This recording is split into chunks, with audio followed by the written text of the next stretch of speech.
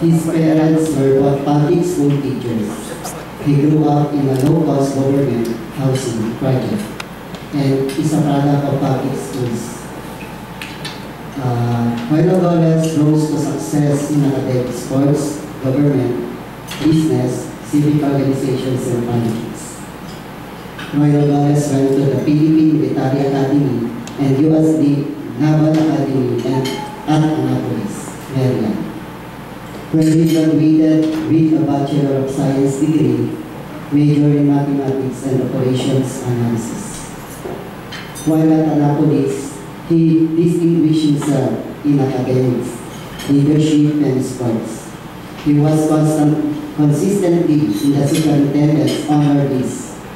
He was elected company commander, a high position in the brigade of midshipmen, and was a brigade boxing champion for 4 straight years, establishing a record as the first to achieve. His seat in the academy was established in 1845. So far, only 14 midshipmen have won for brigade boxing championship in the academic system. After Annapolis, Golez took up Master in Business Administration in the University of the Philippines, where he graduated valedictorian of his class.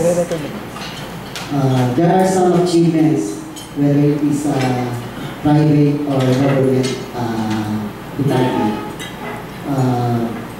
Roilo Golez pursued a long career as a public servant. Here are 3 years Postmaster General of the Philippines, where he received the prestigious 10 Outstanding Young Men Award for Public Service Excellence.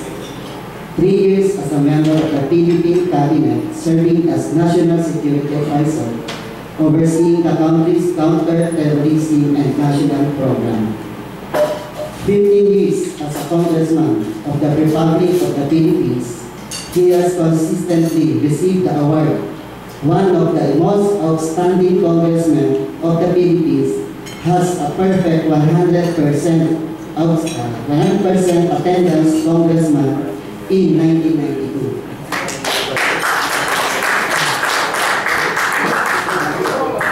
He is now in his 6th term as a congressman and won all his election victories by landslide, thus earning the title Landslide King of Paranaque. He has served as a chairman of Committee on Public Order and Security, chairman of the Committee on National Defense, and as Deputy Minority Leader. Golez is also for completing the most number of roads and constructing the most number of school buildings in the history of Paranaque. 20 years as a government of the Philippine National Red Cross, where he received the Bayani Red Cross Gold Medal Award for heroism and bravery in the face of gunfire by leading a Red Cross rescue team to rescue wounded soldiers during the bloody December 1989 coup attempt. 1 year as a national president of the Boy Scouts of the Philippines. 2 years as a fund campaign chairman of the Philippine Cancer Society. 4 years as Division Fund Campaign chairman of the Philippine Tuberculosis Society. 2 years as chairman of the ELS Cerebral Palsy Project. 4 years as governor of Management Association of the Philippines. 28 years as a Rotarian of the Manila Club of Manila. 2 years as a National President of Amateur Boxing Association of the Philippines. 2 years as President of the Philippine Olympic Academy. 5 years as a member of the Board of Trustees of the St. Luke's Medical Center. 14 years as a Philippine Navy officer, reaching the rank of Navy Captain, full colonel in the Army, close and open. For your 4 years as professor in the Master in Business Administration program of the University of the Philippines. 4 years as professor of management in the Asian Institute of Management. Roilo Golez has extensive experience in corporate affairs, having served as Chief Executive Officer or Chief Operating Officer or board member in several major corporations in the field of shipbuilding, health products, fast foods, real estate, marketing, security equipment, telecommunications, banking, oil explorations, and insurance. That's all. May I call now our Congressman of District 2 of Paranaque City.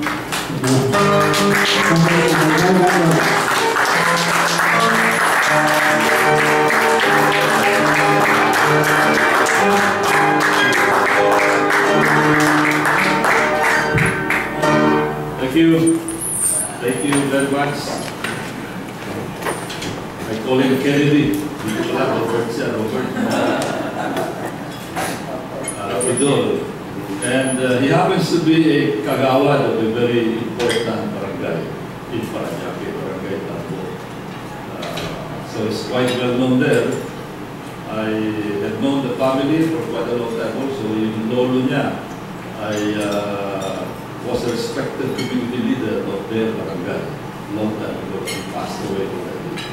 So we'll see Kennedy. May I greet the President of the Rotary Club of Manila South, Ricky Valdez. Good afternoon, and thank you so much for making me a part of your program this afternoon.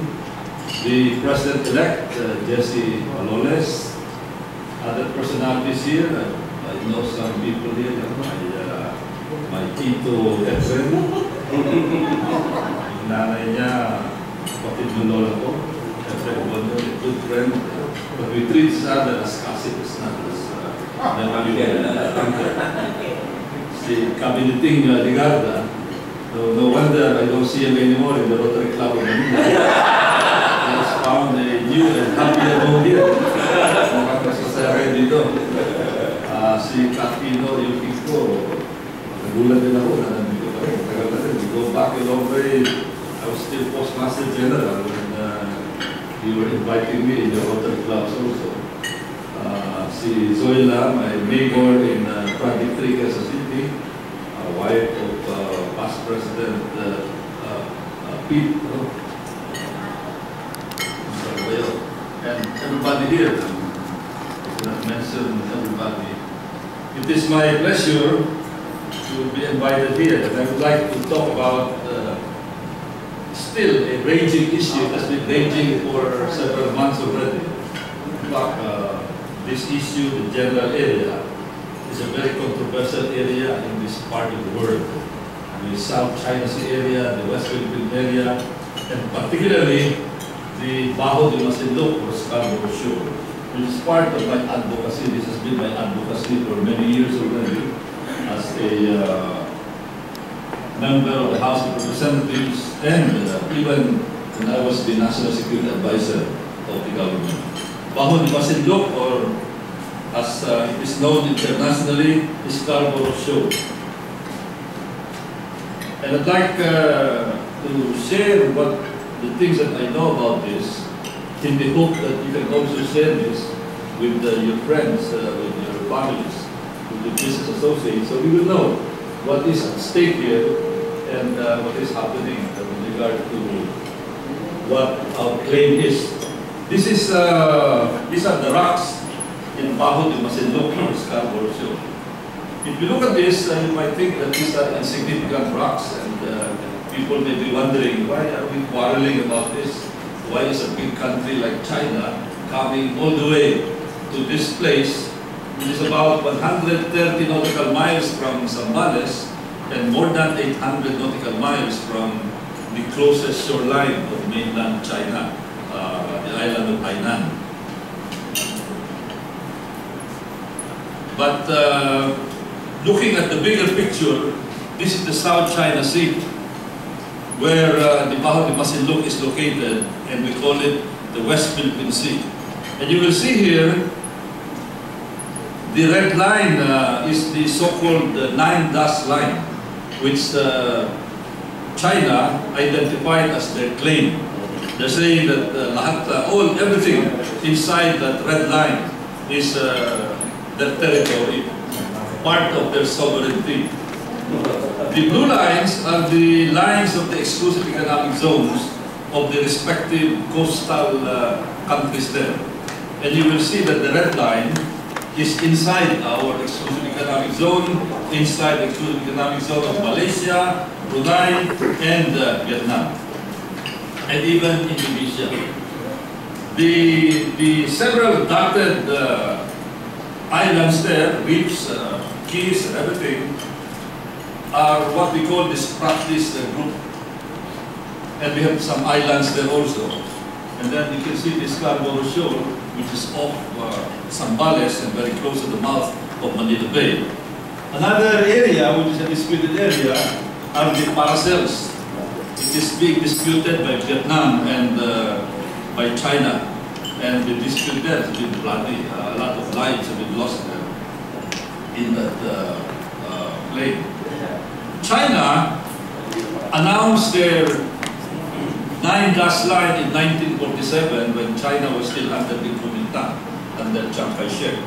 In 1949, when the Kuomintang left the mainland, the claim was assumed by China, as we know now, the People's Republic of China. This is another map of the place. You can see the various nationalities that are claiming the Spratlys island groups, or what we call the Kalayaan Island Group.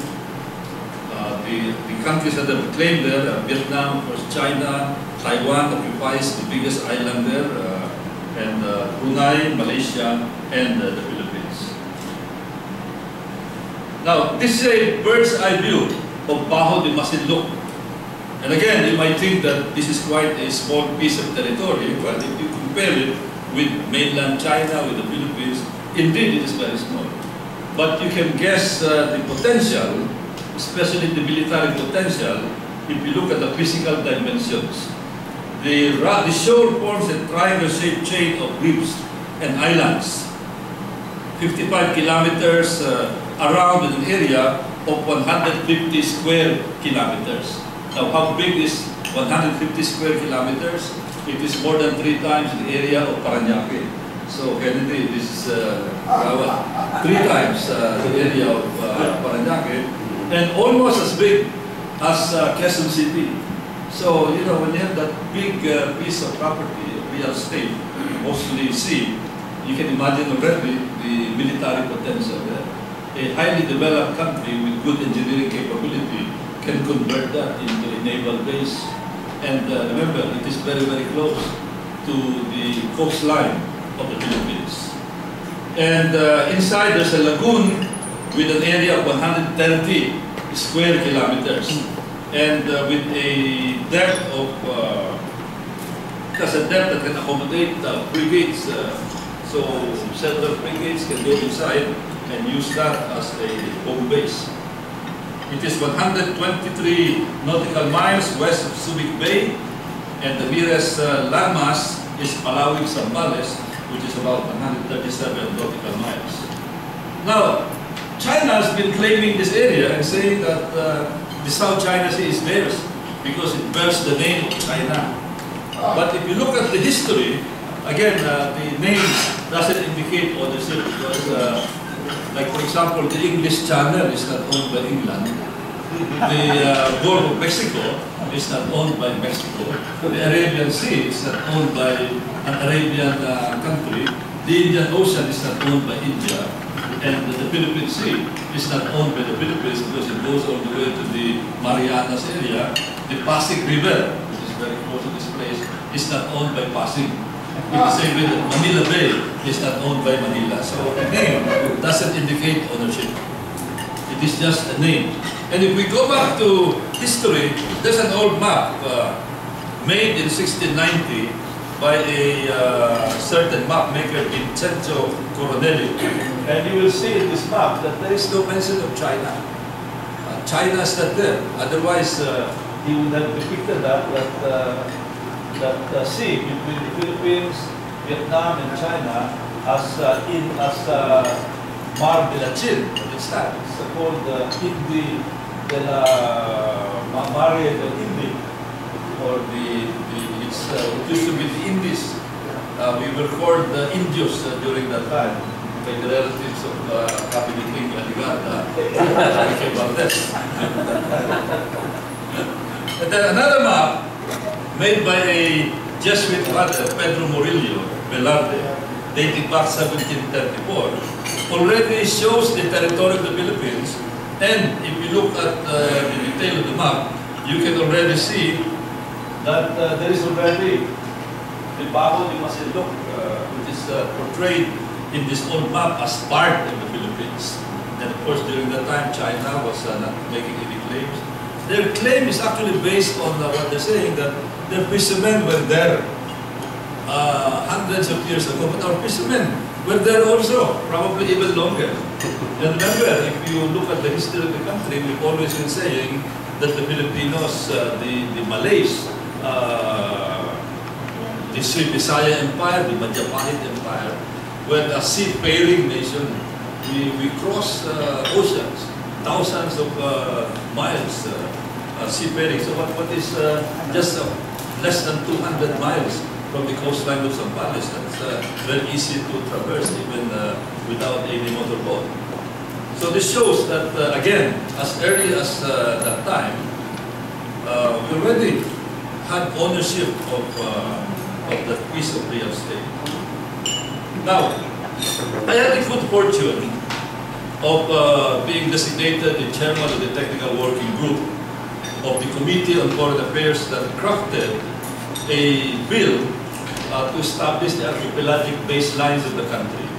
And on December 12, 2007, we passed House Bill 3216, showing what are our archipelagic baselines.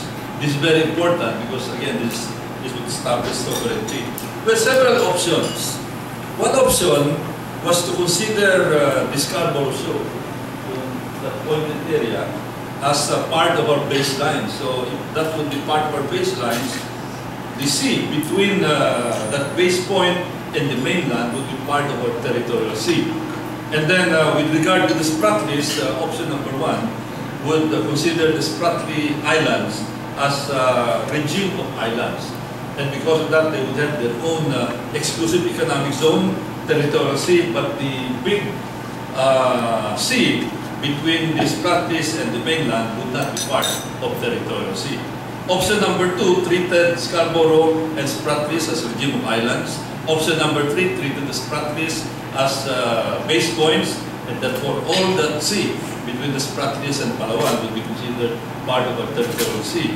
And the Scarborough would be part of, would be regime of islands. And finally, option number four, which would treat both as base points, and therefore the sea between those base points would be part of territorial sea. We adopted option number four.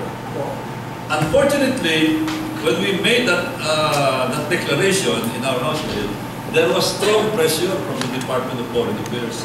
They made representations with us, they met with us, and they said that it would complicate our relationship with mainland China. But we suspect that there was a very strong pressure on the part of the Chinese government. So because of the very strong representation on the part of the DFA, we decided to adopt option number two instead of option number four, declaring Scarborough and Spratlys as regime of islands. So this resulted in Republic Act number 9522, establishing 101 base points around the archipelago of the country, and designating Calayan Island Group and Scarborough Shoal as regime of islands in accordance with Article 121 of the United Nations Convention on the Law of the Sea, or UNCLOS.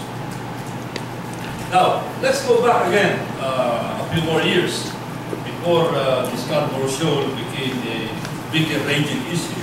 The Mischief Reef.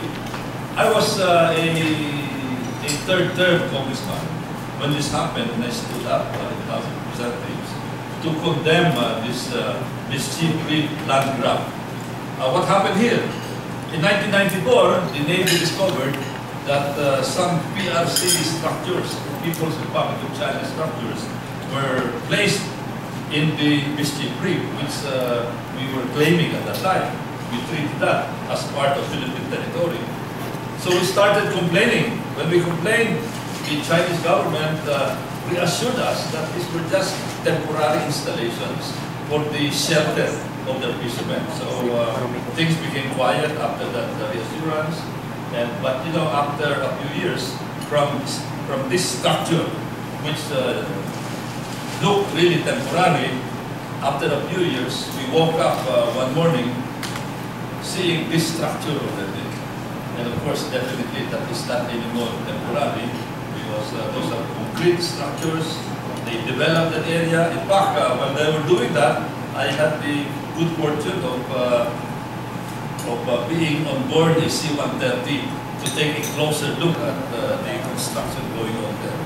So they converted that from a reef below water to a reef above water already because of their advanced construction capability. You can see that building there. This building is even bigger than many municipios. This might even be bigger than the municipio in the hometown of Efren Bonyo in Mindoro. So this we thought as a creeping invasion. China would take 2 steps forward. If we complain, it takes 1 step backward. Then when things become quiet, it takes another 2 steps forward, etc., etc. And of course, on April 11, dyan nangyari, that is where the more recent controversy happened in Scarborough Shoal, when there was this standoff between assets of the Philippines and the more numerous assets of the People's Republic of China, fishing vessels, Coast Guard vessels, surveillance ships, etc., etc. And this standoff took a long time. Now, of course, this attracted the attention of so many. The United States came into the picture. There was a meeting between the Philippine government and the US government, the so-called 2+2 meeting in Washington, D.C. that happened on May 1, 2012. And in that meeting, 2+2 means the Secretary of Foreign Affairs of the Philippines and our Secretary of National Defense and their counterpart, the Secretary of State, Hillary Clinton, and their Secretary of Defense, Leon Panetta. After the meeting, there was a press conference, and Clinton, Secretary Clinton, made a commitment that the Philippines is standing up to the security of the Philippines, but it will not take sides in the maritime disputes, which means that there's going to be an arbitration, and the U.S. will be neutral here. But they are very keen about the security situation because of implications on freedom of navigation. And the Department of Foreign Affairs clarified that the U.S. is supporting and is restating their obligations under the Mutual Defense Treaty. I would like to read the Mutual Defense Treaty, Article 5, because some people may find this a little ambivalent, but I do not see this as ambivalent. It says here, for purposes of Article 4, an armed attack on either of the parties is deemed to include an armed attack on the metropolitan territory of either of the parties or on the island territories under its jurisdiction in the Pacific Ocean, its armed forces, public vessels, or aircraft in the Pacific. Some people might say, when you say metropolitan area, we refer to mainland Philippines. Zambales is part of our metropolitan area, Manila Bay is part of our metropolitan area, Palawan, but maybe not Scarborough Shoal, maybe not our occupied islands of the Spratlys, but even if that is the case, the Mutual Defense Treaty includes armed forces, public vessels, or aircraft in the Pacific area. And South China Sea is part of the Pacific area. Some people might ask the question, isn't it South China Sea and not Pacific Ocean? No, the South China Sea is part of the Pacific Ocean. The Pacific Ocean is comprised of several bays, several gulfs, several seas, like for example, the South China Sea, the China Sea, the Tsushima Strait, the Taiwan Strait, the Celebes Sea. All of these seas are part of the Pacific Ocean, and therefore would be part of are included in the Mutual Defense Treaty. And since the Spratlys, we have military detachments there, Marines there, and some naval units occasionally. An attack on the armed forces there would fall under the Mutual Defense Treaty. An attack on a public vessel, whether it is a Coast Guard vessel, or a fishing surveillance vessel, or a coast and genetic survey vessel owned by the Philippine government, would fall under the Mutual Defense Treaty. So if in that standoff, in the Scarborough Shoal area, if our civilian vessel there is attacked by another force, we can invoke the Mutual Defense Treaty. Of course, the question now, if we invoke the Mutual Defense Treaty, would the U.S. government respond? My answer there is we don't know, because it will all redound, it will all depend on what is viewed by the United States as their national interest. The governing factor there will always be national interest, not really the legal obligations under the Mutual Defense Treaty. So let us not fool ourselves. Of course, if they renege on their obligations under the Mutual Defense Treaty, they're going to project themselves as unreliable allies. Then, of course, that will affect their international image. So this is the standoff. In the conference, after the conference, the 2+2 conference with Secretary Panetta and Secretary Clinton, they promised to give us additional support, $30 billion financial assistance, plus the delivery of an additional cutter. They delivered a cutter already, a converted Coast Guard cutter, the BRP that Pilar last year, and they're going to deliver again towards the end of this year an additional. But you know, that is only a Coast Guard cutter, almost 40 or 50 years old, and I was expecting that maybe they can give us something that is can be considered a Navy asset that can play its role in the South China Sea, just like this old but still reliable Oliver Hazard Perry class fast frigate. The guided missile fast frigate is complete with the weapon system in order to have a credible defense. We always call it a credible defense in the area. The U.S. Senate even issued a resolution to honor the mutual defense obligations of the United States. This was issued on the eve of the 3-day official working visit to Washington of our President, Benigno S. Aquino III. But, of course, every now and then, China will issue some very strong statements, maybe not from their government, but from their mouthpieces, like, for example, the China Daily, some selected personalities. For example, the China Daily came out with this, and I quote, "No matter how willing we are to discuss the issue, the current Philippine leadership is intent on pressing us into a corner where there is no other option left but the use of arms." Imagine the bully China using their mouthpiece, the China Daily. And there was even a visit by Chinese warships in Hong Kong. And this was covered by international media. And that was going to news leader. Let me play this news item regarding this visit of Chinese warships in Hong Kong. A visit to Hong Kong by 2 Chinese warships, and a hugely symbolic one for China, illustrating its growing naval might. These 2 vessels are said to be state-of-the-art additions to the Chinese Navy. They've just returned from a 5-month deployment to the Gulf of Aden, where they've been on anti-piracy duties. China's naval influence, of course, extending well into the Indian Ocean. But it's a stretch of water, the South China Sea, which is of much greater strategic interest right now as China vies for control of it with its Asian neighbours. At stake, of course, are said to be potentially huge oil reserves. So it looks set that there will be future spats, future confrontations with Asian navies, and also, of course, with the much more powerful United States Navy. China locked in a dispute with the Philippines at the moment over disputed islands in the South China Sea, but the leader of the task force here had this message for the Philippines government. Hong Island is and has always been Chinese territory that is not negotiable. As for the Navy's role, we will follow whatever orders the central government gives us.